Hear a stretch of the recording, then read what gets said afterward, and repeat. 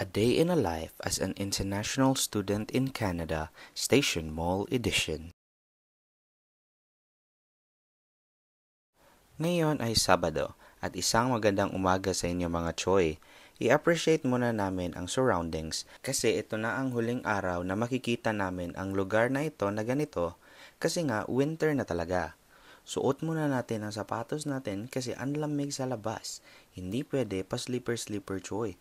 Baka kasi hindi ka na makakalakad kasi tumigas na paa mo. Bilisan na natin na makalakad na agad. Tapos na ang summer at fall kaya sa loob mo na lang muna gamitin flip-flops mo.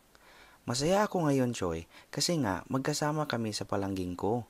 As you notice, parati mga friends ko kasama ko kasi nga napaka-hardworking naman kasi ng palangga ko sa pagtatrabaho.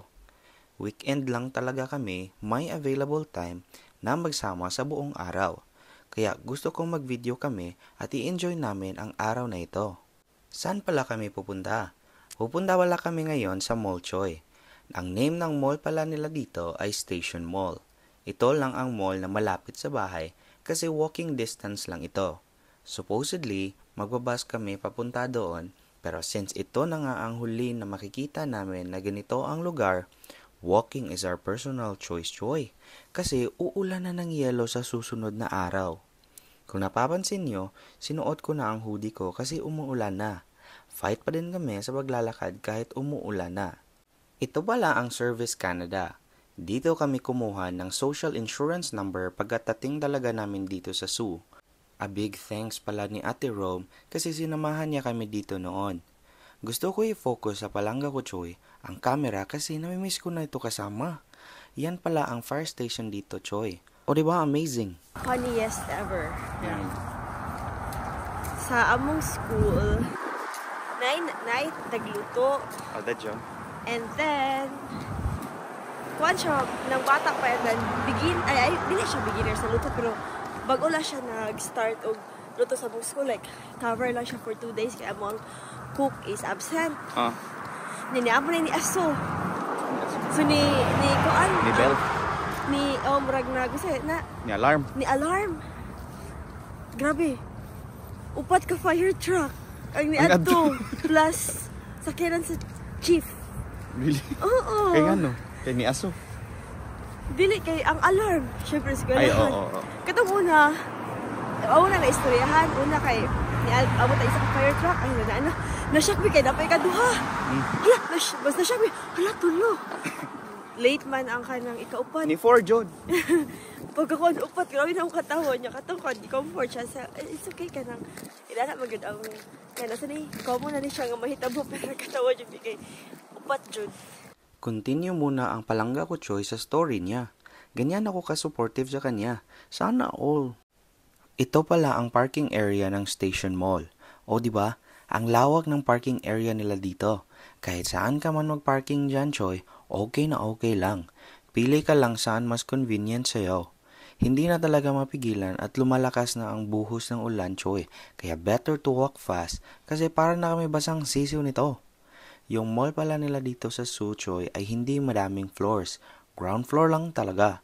Walang elevator dito Choy. And ngayon, it's time to pasok na. First door, kala nyo tapos na, another door na naman. Ang daming doors dito. Sana all. At pagpasok namin talaga bumungad sa amin ang pa-Black Friday nila Choy. Tag $10 each item daw sa lahat ng products nila. Kaya puntahan na agad natin ito. Itong Just Cozy ay nagbibenta pala sila dito ng mga winter clothes. Kasi sabi ko nga sa inyo kanina Choy, winter na sa susunod na mga araw. Kaya i-fit na natin tong pang-inner natin Choy kasi ang lamig talaga. Pumunta na pala ang babi ko dito kahapon Choy at bumili siya ng same na sinukat ko. Sinamahan siya ng katrabaho niya dito sa Station Mall kasi may car yon. Bumili siya ng 2 blanket para sa akin at para sa kanya. Then bumili siya ng 2 piraso na pang-inner.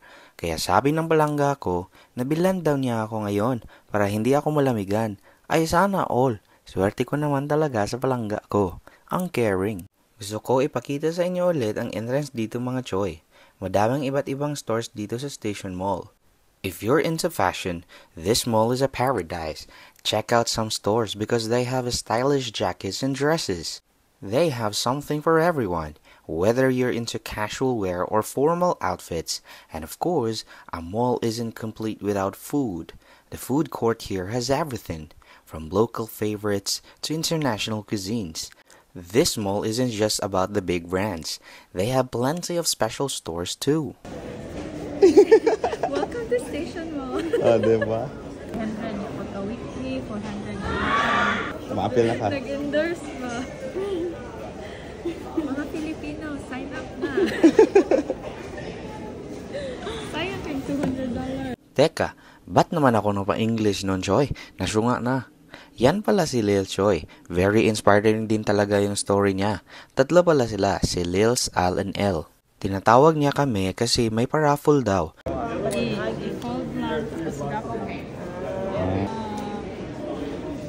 Balik kami mo next week ha. Para week 2 niya, week 3 niya, every Saturday.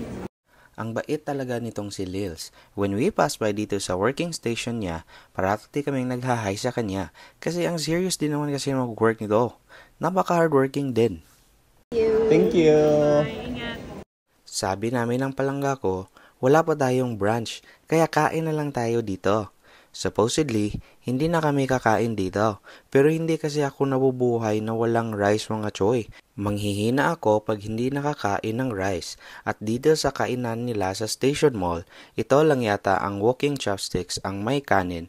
Kaya naka-order talaga kami uli dito. Wala na kasi kaming time na magluto. Kasi after nito, papunta pa ako ng work. Ang pasok ko pala ngayon ay 4 PM pa. So may time pa talaga para magala. Ako lang pala ang nag-order kasi sabi ko, videohan mo naman ako, babe. Para may exposure ba? Char lang.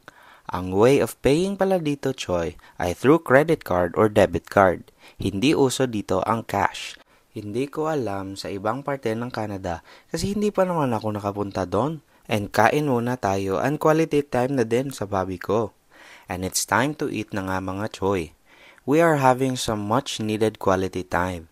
You know, moment like this reminds me how important it is to slow down and connect with my palangga, the one I love the most.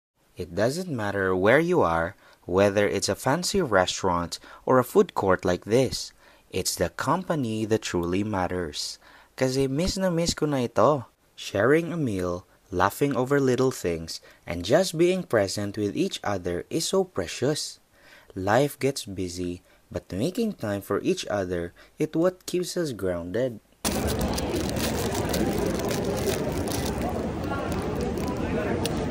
Makaon na siya, baby? Yeah. Oy. Read it. Kindness is a language that transcends barriers. Ano yung topic nila ni Jessie? Kansa daw? Kindness. Ikaw basa. Kindness is a language that transcends barriers. Sakto kayo. After ng kain, punta muna kami ng Dollarama. Ang Dollarama pala't mga Choy ay isang store na mostly lahat ng mga items ay mura. From household essentials to snacks, crafts, and even seasonal decorations, they've got it all. And at unbeatable price. Oh, and if you're into crafting or DIY projects, their craft aisle is like a dream come true. Plus, they even have some affordable beauty and self-care items. Whether you're shopping on a budget or just love finding great deals, Dollarama is a place to be. O diba napapa-English na naman ako na sinasabi ko na lang talaga sa iyo. Kapag naghahanap kami ng mga bagay sa bahay, dito kami bumibili kasi walang budget pa, Choy. Also, makakatipid ka at ma-allocate mo pa ang ibang pera mo sa mahahalagang bagay. At basang-basa na sa labas. Buti na lang, hindi na lumalakas ang ulan dito na part kasi papunta na kami ng bus station. Before ka mag-cross ng road, i-click mo muna tong push button, Choy, at mag-antay ng sign before ka maglakad. Dapat marunong kang mag-antay sa tamang time. Sana all. Yang puti na sign na yan na naglalakad, yan yung antayin mo. Dapat nasa pedestrian lane ka. Pero sometimes, it's nice to break the rules. Umuulan na ng malakas, yan na lang muna. Bye-bye!